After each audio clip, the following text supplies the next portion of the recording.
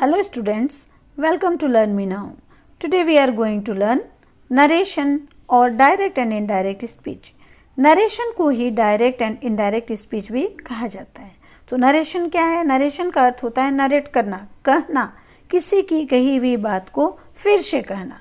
तो किसी की कही हुई बात को फिर से जब हम डायरेक्टली कहते हैं तो वो डायरेक्ट स्पीच है, और जब उसको समझाने के लिए इनडायरेक्टली कहते हैं, उसको थोड़ा चेंज करके कहते हैं, तो उसे हम इनडायरेक्ट स्पीच कहते हैं। नाउ अच्छी तरह समझें कि डायरेक्ट स्पीच क्या है। तो स्पीकर या जो बोलने वाला है उसकी कही हुई बात को, स्टेटमेंट को जब हम एग्जैक्ट वर्ड में जैसा उसने कहा एज इट इज हू बहू कहते हैं या लिखते हैं तो उसको डायरेक्ट स्पीच में कहते हैं। See the example, he said, उसने कहा, क्या कहा? The sun rises in the east, कि सन पूर्व में उगता है। दूसरा सेंटेंस है she said to me I am going to market, उसने मुझसे कहा, क्या कहा? मैं मार्केट जा रही हूँ। तो ये दोनों जो एग्जाम्पल्स हैं ये डायरेक्ट स्पीच में हैं। इसको हम डिटेल से समझने के लिए इसके फीचर्स को देखते हैं। फीचर्स मतलब उसकी विशेषता, कि डायरेक्ट स्पीच रियल में क्या होता है, कैसे होता है, किस तरह से हम उसे पहचान सकते हैं। तो डायरेक्ट स्पीच का जो पहला फीचर है वह यह है कि डायरेक्ट स्पीच में स्पीकर की कही हुई बात बिल्कुल एक्चुअल, बिल्कुल एग्जैक्ट रूप में होते हैं, उसमें चेंजिंग नहीं होता है। जैसे यहाँ देखिए, ही सेड, उसने कहा, क्या कहा? The sun rises in the east, the sun rises in the east, जो उसने कहा हमने उसको हूबहू रख दिया। सेकंड में है she said to me I am going to market, उसने मुझसे कहा, क्या कहा? I am going to market, जैसा कहा वैसे ही हमने उसे लिख दिया है। तो ये डायरेक्ट स्पीच का पहला फीचर। दूसरी बात कि डायरेक्ट स्पीच में स्पीकर जो वर्ब यूज करता है, जो वर्ब यूज किया जाता है स्पीकर के द्वारा, उसको हम लोग रिपोर्टिंग वर्ब कहते हैं। जैसे देखें, ही सेड, उसने यूज किया ही सेड, वह कहा, क्या कहा? सेड, उसने कहा हमसे। तो ये सेड जो वर्ब है ये रिपोर्टिंग वर्ब है। सेकेंड एग्जाम्पल में सी सेड टू मी, यहाँ भी सेड रिपोर्टिंग वर्ब है। अगला फीचर देखें कि स्पीकर जो रिपोर्टिंग वर्ब यूज करता है, उस रिपोर्टिंग वर्ब के बाद एक कॉमा लगाया जाता है। उसने जो कहा और उसके द्वारा जो कही हुई बातें हैं दोनों को अलग करने के लिए कॉमा का यूज किया जाता है। जैसे ही सेड कॉमा, उसने कहा, क्या कहा? उसकी बात है the sun rises in the east, ये उसका स्टेटमेंट है। इस स्टेटमेंट को उसके रिपोर्टिंग वर्ब के बीच में एक कॉमा आया है दोनों को अलग करने के लिए। नेक्स्ट वाले में देखें, सी सेड टू मी, उसने मुझसे कहा, ये उसका रिपोर्टिंग वर्ब वाला क्लॉज है। इसके बाद कॉमा लगा और उसने जो सही में कहा, उसका जो स्टेटमेंट है I am going to market, इन दोनों को अलग कर रहा है कॉमा। अगला जो फोर्थ नंबर में फीचर है वह क्या है कि स्पीकर के जो एक्चुअल वर्ड्स होते हैं, उसका जो दिया हुआ स्टेटमेंट होता है, उसको बिना चेंज किए इन्वर्टेड कॉमाज के अंदर रखा जाता है। जैसे ही सेड, ये रिपोर्टिंग वर्ब हुआ, कॉमा लगाया, फिर the sun rises in the east, उसका स्टेटमेंट है, उसने ऐसा कहा, इसको हमने बिना कोई चेंज किए इन्वर्टेड कॉमाज के अंदर कोटेशन के रूप में रख दिया। दूसरे एग्जाम्पल में भी देखें, सी सेड टू मी, उसने मुझसे कहा, क्या कहा? तो उसने जो कहा I am going to market, इसको विदाउट चेंज, उसने जैसे कहा वैसे ही इन्वर्टेड कॉमास के अंदर हमने रख दिया। ये डायरेक्ट स्पीच में होता है। अगली बात होता है कि कोटेशन सेक्शन, जो उसका जो स्टेटमेंट होता है, स्पीकर ने जो बात कही, उस सेक्शन का, उस कोटेशन का, उस स्टेटमेंट का जो पहला वर्ड होता है उसका पहला लेटर कैपिटल होता है। मतलब the sun rises in the east उसका स्टेटमेंट है जिसको हमने इन्वर्टेड कॉमा में के अंदर बिना चेंज किए रखा, वह स्टार्ट होता है किससे? कैपिटल लेटर से। द स्टार्ट हुआ है तो द का फर्स्ट लेटर कैपिटल है टी। दूसरे एग्जाम्पल में है I am going to market, उसका स्टेटमेंट है जिसको हमने कोटेशन के रूप में रखा है विद इन इन्वर्टेड कॉमा। तो विद इन इन्वर्टेड कॉमा जो स्टेटमेंट होता है, जो स्पीच होता है, उसका फर्स्ट लेटर कैपिटल लेटर से स्टार्ट होता है, जैसे आई।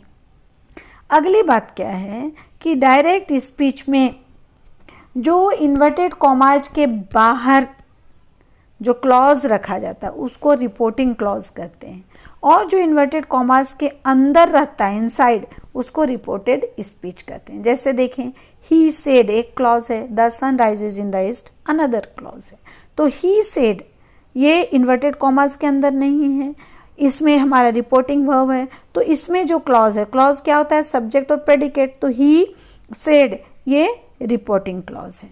The sun rises in the east जो स्टेटमेंट है जिसको हमने विद इन इन्वर्टेड कॉमास रखा है, इसको हम लोग कहते हैं रिपोर्टेड स्पीच। सेकेंड एग्जाम्पल में देखें, सी सेड टू मी ये रिपोर्टिंग क्लॉज है, इसके अंदर जो सेड वर्ब है वो रिपोर्टिंग वर्ब है। I am going to market ये जो स्टेटमेंट है जिसको हमने विद इन इन्वर्टेड कॉमास रखा है, इन्वर्टेड कॉमास के अंदर रखा है, इसको हम लोग कहते हैं रिपोर्टेड स्पीच।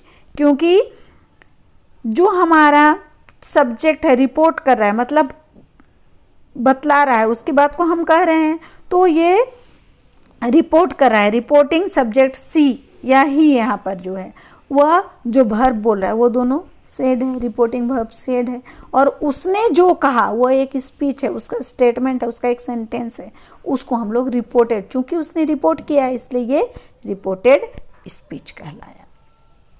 तो ये हैं डायरेक्ट स्पीच के फीचर्स, इससे हम पहचान सकते हैं कि ये डायरेक्ट स्पीच में है सेंटेंस। नेक्स्ट अब देखें कि इनडायरेक्ट स्पीच क्या होता है। इनडायरेक्ट मीन्स नॉट डायरेक्ट, जो डायरेक्ट नहीं है। डायरेक्ट नहीं मतलब एग्जैक्ट नहीं है, एक्चुअल में नहीं है, उसको हमने थोड़ा चेंज कर दिया है। तो जब कोई सेंटेंस जिसमें स्पीकर कुछ कहता है उसकी कही हुई बात को हम कोटेशन नहीं बनाते, उसको इन्वर्टेड कॉमास के अंदर नहीं रखते, वह जैसा कहा या कही उसने, उसकी कही हुई बात को as it is same to same हम नहीं कहते, तो उसको हम लोग इनडायरेक्ट स्पीच में कहते हैं। उसको हम समझाने के लिए, चूंकि हम अनदर पर्सन को कह रहे हैं, बतला रहे हैं, तो उसको समझाने के लिए जब अपने अनुसार कहते हैं, समझाने के तरीके के अनुसार कहते हैं, तो उसे ही हम इनडायरेक्ट स्पीच कहते हैं। See the example, he said that the sun rises in the east.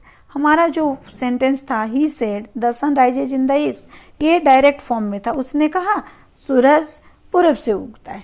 उसको हम जब बतलाते हैं किसी और को तो क्या कहते हैं, ही सेड दैट, उसने कहा कि, कोमा को हटा दिए, दैट लगा दिए। उसने कहा, क्या कहा, उसने कहा कि सूरज पूरब से उगता है। अब दूसरा सेंटेंस हमारा क्या था, सी सेड टू मी, उसने मुझसे कहा, क्या कहा, I am going to market, उसका डायरेक्ट सेंटेंस था I am going to market.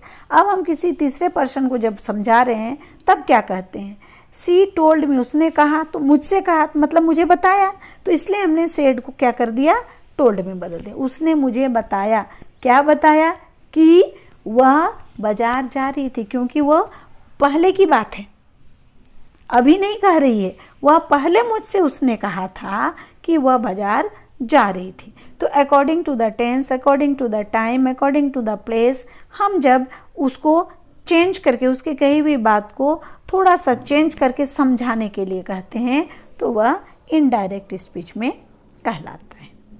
Now देखें कि डायरेक्ट और इनडायरेक्ट स्पीच से रिलेटेड कुछ और पॉइंट्स जिससे कि हम दोनों को बिल्कुल अलग कर सकते हैं, अलग अलग समझ सकते हैं। तो कुछ इंपॉर्टेंट फैक्ट्स ऐसे हैं जो कि दोनों को एक दूसरे से अलग करते हैं, उन्हें हम देखें एक बार फिर से। तो डायरेक्ट स्पीच को पहले जानें। जैसे कि हमने उसके फीचर्स को देखा कि डायरेक्ट स्पीच में क्या होता है, स्पीकर के जो एग्जैक्ट वर्ड होते हैं, एक्चुअल वर्ड्स होते हैं, जो उसने कहा उसको रिपीट किया जाता है बिना चेंज किए। दूसरी बात कि उस स्पीकर की कही हुई बात को हम इन्वर्टेड कॉमास के अंदर रखते हैं, एग्जैक्ट वर्ड एग्जैक्टली, ठीक है। और अगली बात क्या होती है कि रिपोर्टिंग वर्ब जो होता है डायरेक्ट स्पीच में जनरली सेड होता है, कभी कभी से प्रेजेंट टेंस में और विल से फ्यूचर टेंस में होता है कभी कभी, लेकिन जनरली सेड जो सिंपल पास्ट टेंस में होता है इसका यूज किया जाता है। अगला जो बात था, हमने क्या देखा था कि रिपोर्टिंग क्लॉज जिसमें स्पीकर सब्जेक्ट के रूप में रहता है और उसके साथ जो वर्ब होता है रिपोर्टिंग वर्ब वो रहता है, उसको रिपोर्टिंग क्लॉज कहते हैं। और दूसरा रिपोर्टेड स्पीच, जिसको हम लोग विद इन इन्वर्टेड कॉमास रखते हैं, उसकी कही हुई बात एग्जैक्टली तो उसको रिपोर्टेड स्पीच कहते हैं। तो रिपोर्टिंग क्लॉज और रिपोर्टेड स्पीच को एक कॉमा अलग करता है, जो कि जनरली रिपोर्टिंग वर्ब के बाद आता है। अगली बात क्या है कि जो स्पीकर होता है वह अपनी कही हुई बात को जब कहता है तो अपने लिए फर्स्ट पर्सन प्रोनाउन के रूप में यूज करता है। अगर वह लड़का है तो वो ही का यूज करता है, लड़की है तो सी का यूज करती है। तो ये जनरल तौर पर होता है कि स्पीकर ही या सी में ही फर्स्ट पर्सन प्रोनाउन को ही ज़्यादा यूज करता है, जबकि कभी कभी अलग अलग प्रोनाउंस का भी यूज़ किया जाता है, लेकिन ये जनरल तौर पे ऐसा होता है। अब हम देखें इनडायरेक्ट स्पीच के बारे में। तो इनडायरेक्ट स्पीच के बारे में हमने क्या देखा कि इनडायरेक्ट स्पीच जो होता है किसी दूसरे के कही हुई बात को रिपीट किया जाता है, तो उसके कही हुई बात को जो व्यक्ति बतलाता है, स्पीकर की बात को जो व्यक्ति बतलाता है वह अपने शब्दों में कहता है ताकि उसको समझा जा सके। वो स्पीकर शब्दों में नहीं, स्पीकर के वर्ड्स में नहीं, बल्कि अपने वर्ड्स में कह के सामने वाले को समझाता है। और क्या है कि चूंकि हम स्पीकर की बातों को एग्जैक्टली नहीं कहते, एक्चुअल जैसा है वैसा एज इट इज नहीं कहते, तो इसीलिए यहाँ सेंटेंस में इन्वर्टेड कॉमा का कोई मतलब नहीं रह जाता, क्योंकि इन्वर्टेड कॉमास का यूज़ ही उसके बातों को एग्जैक्टली रखने के लिए कोटेशन के रूप में किया जाता है। और जब उसकी बात को हम एग्जैक्ट नहीं रखते, अपने वर्ड्स में यूज करते हैं, तो इन्वर्टेड कॉमा को हटा दिया जाता है। अगला बात क्या है कि रिपोर्टिंग वर्ब जो कि डायरेक्ट स्पीच में जनरली सेड होता है, लेकिन इसको इनडायरेक्ट स्पीच में जब हम करते हैं तो कभी सेड भी रहता है, अगर ऑब्जेक्ट ना रहे तो ऑब्जेक्ट आए तो उसमें टोल्ड आ जाता है, और फिर अगर हम सवाल किया जाता है वहाँ पर तो हम सेड को इंक्वायर्ड में बदल देते हैं। तो यहाँ सेड भी होता है, टोल्ड भी होता है, इंक्वायर्ड भी होता है, और भी दूसरे वर्ड्स में चेंज हम कर सकते हैं। अगला क्या बात होता है कि इनडायरेक्ट स्पीच में, चूंकि डायरेक्ट स्पीच में कॉमा से दोनों रिपोर्टिंग क्लॉज और रिपोर्टेड स्पीच को कॉमा से सेपरेट किया गया था, अब हम कॉमा हटा देते हैं और उसके जगह में कभी दैट लगता है अगर असर्टिव सेंटेंस है, अगर इंट्रोगेटिव सेंटेंस है तो इफ और वेदर लगता है, और अगर क्वेश्चनिंग वर्ड से स्टार्ट हुआ तो what, why, when, where, why, how, ये सारे वर्ड्स भी रिपोर्टिंग क्लॉज और रिपोर्टेड स्पीच को ज्वाइन करने के लिए, जोड़ने के लिए यूज़ किए जाते हैं, जिसको कि हम आगे के वीडियोस में डिटेल में देखेंगे। अगला बात क्या है इनडायरेक्ट स्पीच का कि कॉमा हटा दिया जाता है। रिपोर्टिंग क्लॉज और रिपोर्टेड स्पीच को अलग करने के लिए, सेपरेट करने के लिए जो कॉमा लगाया जाता है डायरेक्ट स्पीच में, वो इनडायरेक्ट स्पीच में हट जाता है। उसकी जगह में क्या लगता है, ये that, if, whether, what, why, when, how, ये सारे वर्ड्स लगते हैं। अगली बात जो है वह है कि डायरेक्ट स्पीच में जो हमने देखा कि speaker generally first person pronoun का यूज करता है, यहाँ फर्स्ट पर्सन प्रोनाउन चेंज होकर थर्ड पर्सन प्रोनाउन बन जाता है। वो प्रोनाउन के चेंज होने के रूल के अकॉर्डिंग हम यहाँ यूज करते हैं। नेक्स्ट बात क्या होती है वो है कि जो रिपोर्टिंग वर्ब होता है वो रिपोर्टेड स्पीच में पास्ट टेंस के फॉर्म के अकॉर्डिंग चेंज होता है। इसका अपना रूल है कि टेंस का चेंज कैसा किया जाता है, टेंस के अनुसार कैसे वर्ब को बदला जाता है, तो ये भी हम डिटेल में आगे के वीडियोस में देखेंगे। तो ये जो रिपोर्टिंग वर्ब है ये चेंज किया जाता है। अब एक इम्पॉर्टेंट बात क्या है, रिपोर्टिंग वर्ब जो होता है उसका टेंस कभी नहीं बदलता। रिपोर्टिंग वर्ब का टेंस नहीं बदलता। किसका बदलता है, रिपोर्टेड स्पीच में जो वर्ब होता है उसका टेंस किसके अनुसार, रिपोर्टिंग वर्ब के टेंस के अनुसार बदलता है। रिपोर्टिंग वर्ब जो रिपोर्टिंग क्लॉज में होता है, जो कि स्पीकर ने यूज़ किया, उसका टेंस कभी नहीं बदलता। उसके रिपोर्टेड स्पीच का वर्ब बदलता है। अगली बात हम क्या देखते हैं कि इनडायरेक्ट स्पीच में सेंटेंस जो होता है वो हमेशा असर्टिव सेंटेंस में होता है। डायरेक्ट स्पीच में सेंटेंस असर्टिव हो सकता है, इंटरोगेटिव हो सकता है, एक्सक्लेमेटरी हो सकता है, इंपरेटिव हो सकता है, लेकिन सारे तरह के सेंटेंस जो होते हैं इनडायरेक्ट स्पीच में जब आते हैं तब वे असर्टिव हो जाते हैं। और जब असर्टिव सेंटेंस होते हैं तो डायरेक्ट स्पीच में अगर सेंटेंस इंट्रोगेटिव में है तो उसमें क्वेश्चन मार्क लगा है, एक्सक्लेमेटरी है तो उसमें एक्सक्लेमेशन मार्क लगा है। तो जब ये असर्टिव सेंटेंस बन जाता है तो असर्टिव सेंटेंस का क्या रूल है कि उसमें हमेशा ही उसके एंड में फुल स्टॉप लगता है। तो इसीलिए ये जो इंट्रोगेटिव सेंटेंस का इंट्रोगेशन मार्क है, क्वेश्चन मार्क है या एक्सक्लेमेशन मार्क है, वो बदल कर किस में आ जाता है, फुल स्टॉप में आ जाता है। क्योंकि सेंटेंस ही जब असर्टिव बन गया तो उसका जो पंक्चुएशन मार्क है वो भी असर्टिव सेंटेंस के अनुसार फुल स्टॉप होता है। तो ये सारी बातें किस में आती हैं, इनडायरेक्ट स्पीच में आती हैं। इस तरह से हम डायरेक्ट स्पीच और इनडायरेक्ट स्पीच को पहचान लेते हैं। अब देखना है कि हमारे क्वेश्चन में जो आता है एग्जामिनेशन में, ये आता है कि कैसे हम डायरेक्ट स्पीच को इनडायरेक्ट स्पीच में बदलेंगे, ये हमारे क्वेश्चन में आता है, या फिर इनडायरेक्ट स्पीच को डायरेक्ट स्पीच में बदलेंगे। जनरली डायरेक्ट स्पीच के सेंटेंस को इनडायरेक्ट स्पीच में बदलने के लिए आता है। रेयरली, कभी कभी ही इनडायरेक्ट स्पीच को डायरेक्ट स्पीच में बदलने के लिए क्वेश्चंस आते हैं। तो इसके लिए कुछ रूल्स हैं कि हम डायरेक्ट स्पीच के सेंटेंस को इनडायरेक्ट स्पीच में कैसे बदलेंगे। इसके लिए सबसे पहले हमें देखना होता है कि सेंटेंस में रिपोर्टेड स्पीच के जो प्रोनाउंस होते हैं उसको चेंज किया जाता है। इसके कुछ रूल्स हैं। रिपोर्टेड स्पीच का जो टेंस है वह रिपोर्टिंग वर्ब के टेंस के अकॉर्डिंग चेंज किया जाता है। रिपोर्टेड स्पीच में जो एडवर्ब्स लगे हुए हैं या कुछ ऐसे वर्ड्स होते हैं जो टाइम या प्लेस को शो करते हैं, ये रिपोर्टिंग वर्ब का जो टेंस होता है, रिपोर्टिंग क्लॉज का जो टेंस होता है उसके अकॉर्डिंग बदलता है। फिर सेंटेंस का जो स्ट्रक्चर होता है, जैसे सेंटेंस अलग अलग होता है, कोई असर्टिव सेंटेंस है, कोई इंट्रोगेटिव सेंटेंस है, कोई इंपरेटिव सेंटेंस है, कोई एक्सक्लेमेटरी सेंटेंस है, ये स्ट्रक्चर के अनुसार ये सेंटेंसेस होते हैं।